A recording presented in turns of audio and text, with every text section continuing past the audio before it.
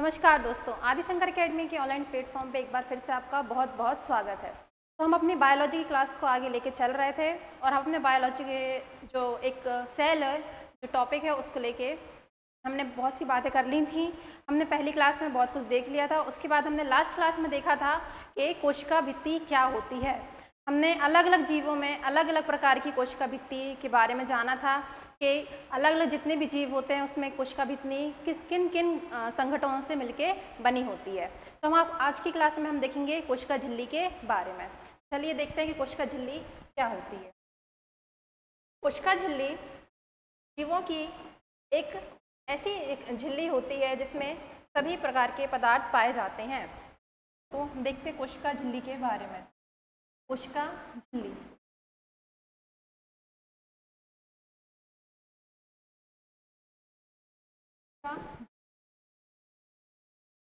कोशिका झिल्ली की परिभाषा देखें तो परिभाषा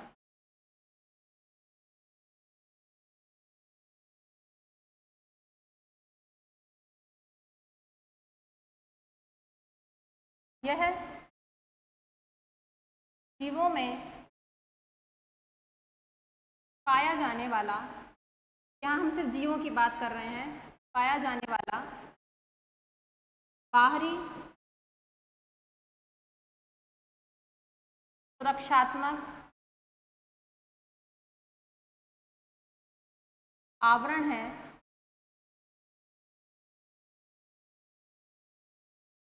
जो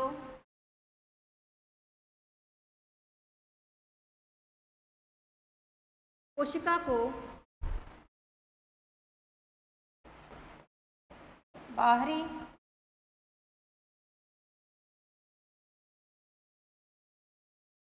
वातावरण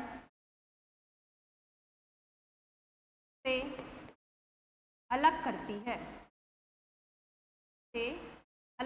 है, ये रही इसकी परिभाषा। अब बात करें कि कोशिका झिल्ली की खोज किसने की, तो कोशिका झिल्ली की जो खोज की है वो की है रॉबर्ट हुक ने। किसने की है? रॉबर्ट हुक ने। इन्होंने ही कोशिका भित्ति की और कोशिका झिल्ली तीनों की ही इन्होंने क्या की है? खोज की है। तो हमने परिभाषा देखी कि परिभाषा क्या है। यह जीवों में या कोशिका झिल्ली जीवों में पाया जाने वाला बाहरी सुरक्षात्मक आवरण है जो कोशिका को बाहरी आवरण से क्या करता है? अलग करता है। यह कोशिका में आने वाले अनावश्यक पदार्थों को भी क्या करता है? रोकता है। तथा यह कैसी होती है? यह अर्धपारगम्य होती है, अर्धपारगम्य होती है, मतलब सेमी परमिएबल होती है। इसके बाद जो कोशिका झिल्ली नाम है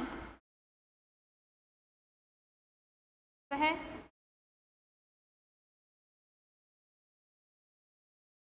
नेगली तथा क्रेमर नाम के जो वैज्ञानिक हैं उन्होंने क्या दिया? कोशिका झिल्ली नामक शब्द दिया। तो नेगली और क्रेमर ने क्या किया? कोशिका झिल्ली का नामकरण किया। इसके बाद कोशिका झिल्ली को हम प्लाज्मा झिल्ली भी कहते हैं। क्या बोलते हैं? प्लाज्मा झिल्ली भी कहते हैं। यह नाम सन 1838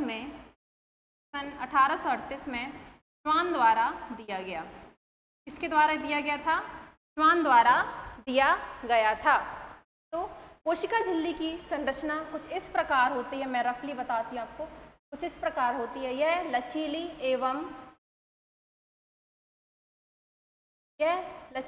होती है जो कोशिका के बाहरी आवरण में या बाहरी ओर पाई जाती है। अगर पादप कोशिका की बात की जाए तो पादप कोशिकाओं में यह कोशिका भित्ति के अंदर पाई जाती है, अंदर की ओर होती है। जैसा कि आपको पता है कि जो प्रोकैरियोटिक जीव होते हैं उनमें कोशिका झिल्ली का क्या होता है? अभाव पाया जाता है। और यूकैरियोटिक जीवों में एक पूर्णतः विकसित क्या पाई जाती है? कोशिका झिल्ली पाई जाती है। जो कैसी संरचना होती है? जो एक लचीली संरचना होती है। इसके बाद हम बात करेंगे कि कोशिका झिल्ली में रासायनिक या कोशिका झिल्ली का रासायनिक संगठन कैसा होता है। तो कोशिका कोशिका झिल्ली का रासायनिक संगठन। यह कोशिका झिल्ली जो होती है वो बेसिकली दो पदार्थों से मिलकर बनी होती है। पहला होता है लिपिड, दूसरी होती है प्रोटीन। इसमें जो लिपिड पाया जाता है वो होता है फॉस्फोलिपिड,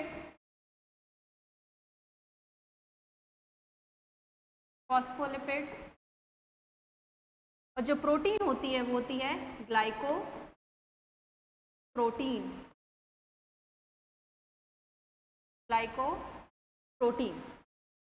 तो आपने देखा कि जो कोशिका झिल्ली होती है वो दो चीज़ों से मिलकर बनी होती है, लिपिड होता है फॉस्फोलिपिड, और जो प्रोटीन होती है वो होती है ग्लाइकोप्रोटीन। इसके बाद जो लिपिड होता है उसकी जो मात्रा होती है वो होती है 20 से 79%, और जो प्रोटीन होता है, ग्लाइकोप्रोटीन होता है, इसकी मात्रा होती है 20 से 70%, इससे 70%। इसके बाद इसमें जो जल होता है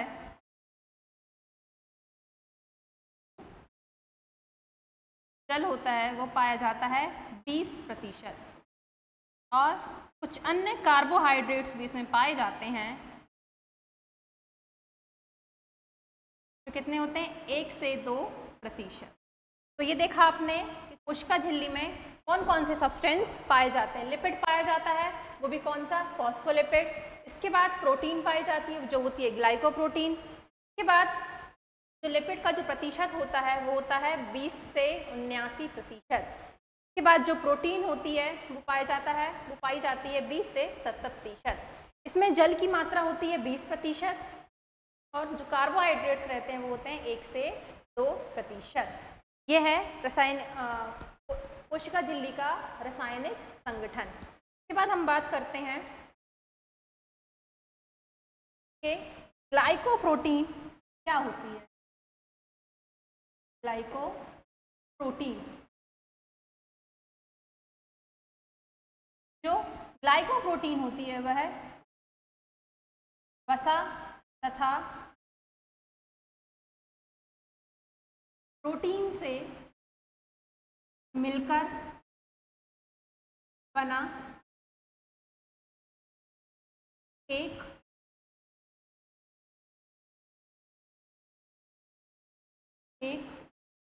जटिल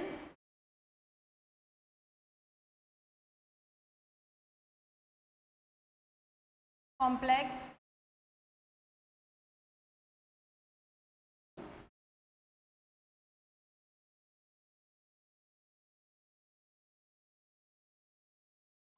अणु है। ठीक है, इसमें जो वसा होती है वो कोलेस्ट्रॉल के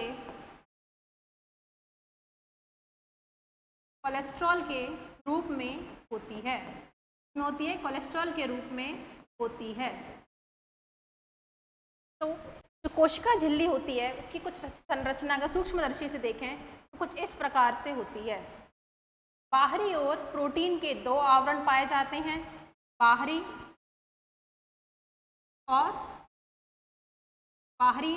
सतह पर और आंतरिक सतह पर क्या पाए जाते हैं, प्रोटीन की दो सतह पाई जाती हैं, दो लेयर पाई जाती हैं, और बीच में क्या होते हैं, लिपिड के अणु होते हैं। दो लिपिड अणु के बीच में एक बड़ा कोलेस्ट्रॉल का अणु होता है। तो कुछ इस प्रकार से कोशिका झिल्ली हमें दिखती है। यहाँ पे हम वही कोलेस्ट्रॉल की बात कर रहे हैं जो कोशिका झिल्ली में दिखाई देता है। अब बात की कोलेस्ट्रॉल की, तो कोलेस्ट्रॉल एक बैड कोलेस्ट्रॉल भी होता है, एक गुड कोलेस्ट्रॉल भी होता है। तो हम गुड कोलेस्ट्रॉल की बात करें तो पहले तो हम जानते हैं कोलेस्ट्रॉल होता क्या है। कोलेस्ट्रॉल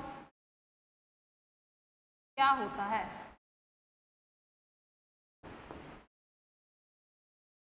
तो कोलेस्ट्रॉल की बात करें तो यह सबसे पहले 2 प्रकार का होता है।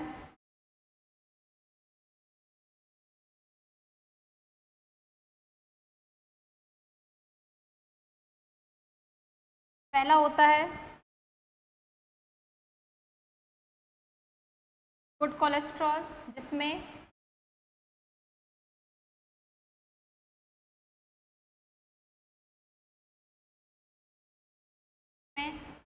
या जिसे HDL,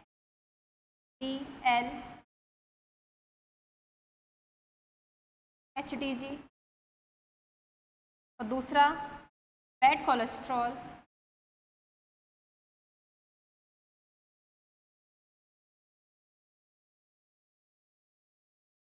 से L से HD कहते हैं। तो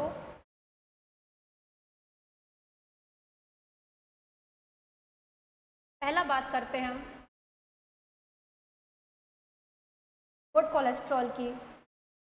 तो यह क्या करता है, ये जो धमनियाँ होती है उसमें जो क्लॉट्स बनते हैं उनको क्या करता है, दूर करने का कार्य करता है, क्लॉट्स को कट करने का कार्य करता है। पहला हम बात करते हैं गुड कोलेस्ट्रॉल की। यह धमनियों से या धमनियों में वसा को एकत्रित होने से रोकता है। क्या करता है, एकत्रित होने से रोकता है।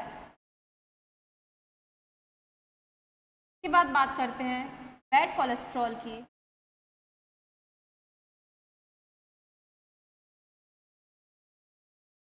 बात करते हैं बैड कोलेस्ट्रॉल की। तो यह है, अगर यह अधिक मात्रा में हो जाए जिसको हम बोलते हैं HLG,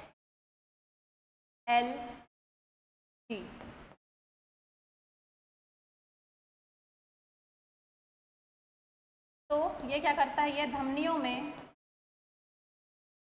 जमा हो जाता है।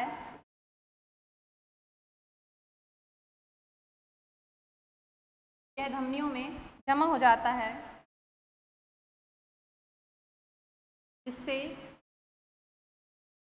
जिससे हार्ट अटैक के चांसेस क्या हो जाते हैं, बढ़ जाते हैं। ठीक है, तो ये हमने देखा कोलेस्ट्रॉल के बारे में, कोलेस्ट्रॉल क्या होता है। इसके बाद हम बात करते हैं कि कोशिका झिल्ली की संरचना। कोशिका झिल्ली की संरचना, तो कोशिका झिल्ली की संरचना के बारे में बात करें तो हमने अभी देखा कि यह प्रोटीन लिपिड से बनी होती है। इसी प्रकार से इसमें जो प्रोटीन और लिपिड होते हैं त्रिस्तरीय में पाए जाते हैं या 3 लेयर में पाए जाते हैं।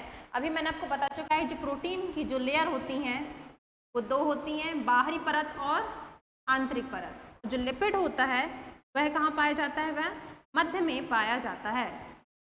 तो इन्हीं की जो प्रोटीन और लिपिड की व्यवस्था को समझाने के लिए अलग अलग वैज्ञानिकों ने अलग अलग अपने मॉडल दिए। तो पहले जो वैज्ञानिक थे उनका नाम था डैनियल और डेविसन। उसके बाद आए सिंगर और निकोलसन। इन्होंने अलग अलग कार्य किए कोशिका झिल्ली पे और अपना मॉडल प्रस्तुत किया। इन्होंने लिपिड और कोशिका झिल्ली में लिपिड और प्रोटीन की व्यवस्था को समझाए। तो पहले हम बात करते हैं डैनियल और डेविसन के जो मॉडल है उनके बारे में। उन्होंने क्या बताया, इन्होंने बताया कि जो कोशिका झिल्ली होती है वह आंतरिक और बाहरी सतह पर पाई जाती है और इसकी जो मोटाई होती है वो होती है 20 डिग्री एंगस्ट्रॉम। आंतरिक और बाहरी सतह पर जो कोशिका झिल्ली की जो मोटाई होती है वो होती है 20 और 20 एंगस्ट्रॉम। इसके बाद जो बीच में लिपिड होते हैं, अभी मैंने आपको बताया था कि जो लिपिड होते हैं उसमें 2 अणुओं के बीच में एक कोलेस्ट्रॉल का अणु पाया जाता है। तो की जो मोटाई होगी वो होगी 35 डिग्री एंगस्ट्रॉम। कितनी होगी, 35 डिग्री एंगस्ट्रॉम। ये हमने डायग्राम बना लिया, रफली डायग्राम है।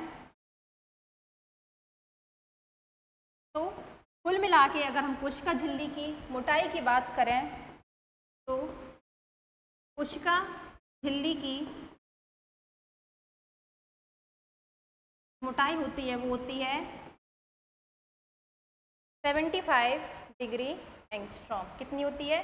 75 डिग्री एंगस्ट्रॉम। ये परीक्षा में बार बार ये प्रश्न पूछता है कि कोशिका झिल्ली की मोटाई कितनी होती है, तो कितनी होती है? 75 डिग्री एंगस्ट्रॉम। इसके बाद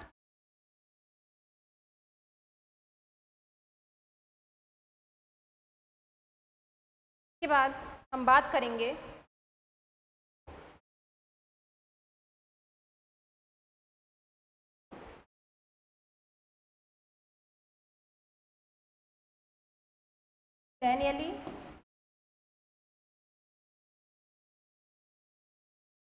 डैनियल और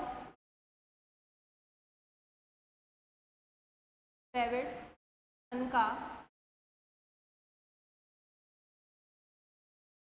सैंडविच मॉडल।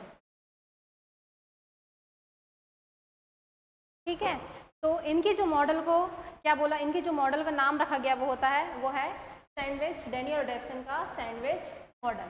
क्यों बोला गया? क्योंकि इसमें जो प्रोटीन और जो लिपिड की जो संरचना होती है वह सैंडविच के आकार की दिखती है, मतलब सैंडविच जैसी होती है। जैसे सैंडविच में दो ब्रेड के बीच में स्टफिंग होती है, वैसे ही कोशिका झिल्ली में दो प्रोटीन लेयर के बीच में क्या होते हैं? लिपिड के अणु पाए जाते हैं, इसलिए इसे डैनियल और डेविडसन का सैंडविच मॉडल कहते हैं। इसके बारे में हम आगे और नेक्स्ट क्लास में जानेंगे कि ये मॉडल क्या है। आज की क्लास में बस इतना ही। अगर आपको वीडियो अच्छी लगी तो वीडियो को लाइक करें, शेयर करें, कमेंट करें। Thank you.